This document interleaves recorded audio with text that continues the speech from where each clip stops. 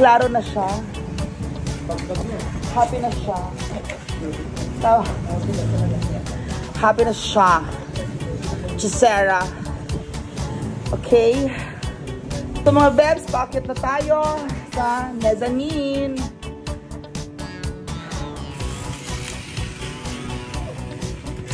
Yeah. Whew. So this good? Yeah. Okay, makikiraan lang po mga kois.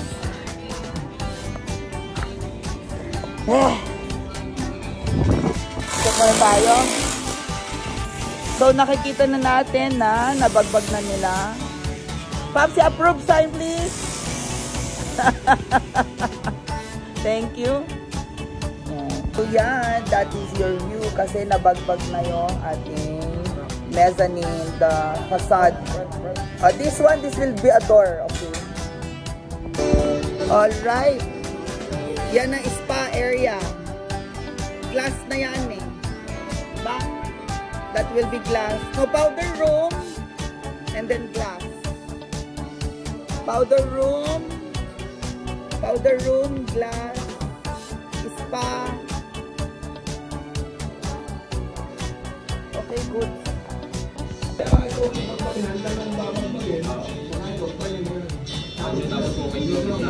Actually, ganyan din kalaking kwarto nila talaga sa Manila, yung ano nila, master bedroom. Oh. Kung nagpagawa ka pa ng built-in cabinet, medyo masisikip ng onte. So, ano na ito? Okay na siya. Hindi na nila kailangan ng bathtub dahil may spa na sila. Pabalik-balik. May bathtub ka ba? May spa ka ba? Hoy! Ano ka? Isda? Dito na. O, sa Manila. Dito. Diyan na yung bathtub mo kasi yan ang spa mo. Redundant na yung may taas, may bathtub. Luko. Shower na lang lahat yan. Ganyan. So, yan na yung maganda ng view mo dahil paglabas mo, salamin na lahat yan. Diba? Tapos ito na yung susunod nilang iba niya sa kabila. Okay, thank you so much everybody. Ito. O, diba? Na-start na sila. Tama? Yun na yun. Yeah. That's your folding door. Folding glass door.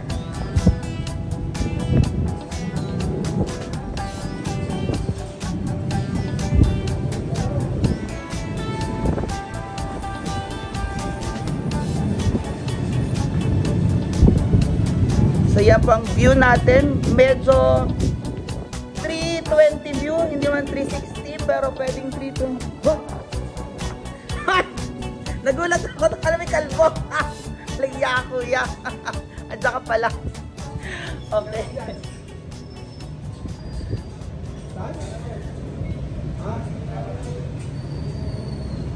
Nagpipinish.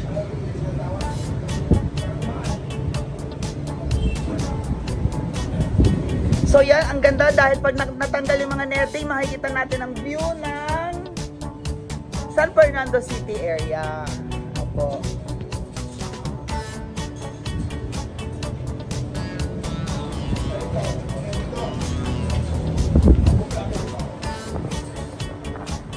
I think ganyan na yan kasi may ano yan, mayroon siyang kitchen area. Yeah, you have a kitchen area. Yeah.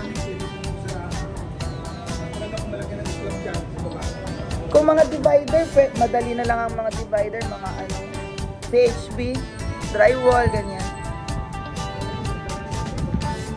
Alin? Socket? Ay, oo. Socket man lang sana.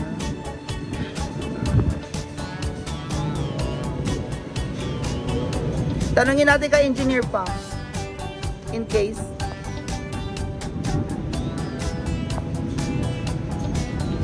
Mga electrical socket. Kaya nga eh.